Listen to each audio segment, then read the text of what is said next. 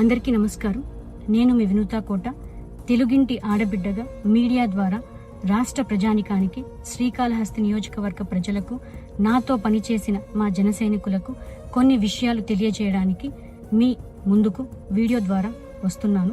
మేము చేయని తప్పుకి మేము జైలుకు వెళ్ళినందుకు కూడా నాకు బాధ లేదు, కానీ మేము చంపాము అని మీడియా ఛానల్లో ప్రచారం చేయడం నాకు చాలా చాలా చాలా బాధ వేసింది.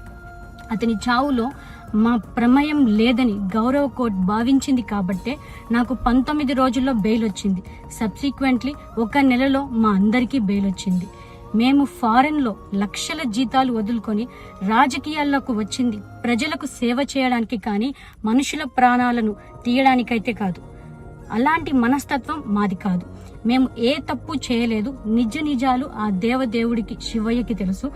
ధైర్యంగా పోరాడతాం.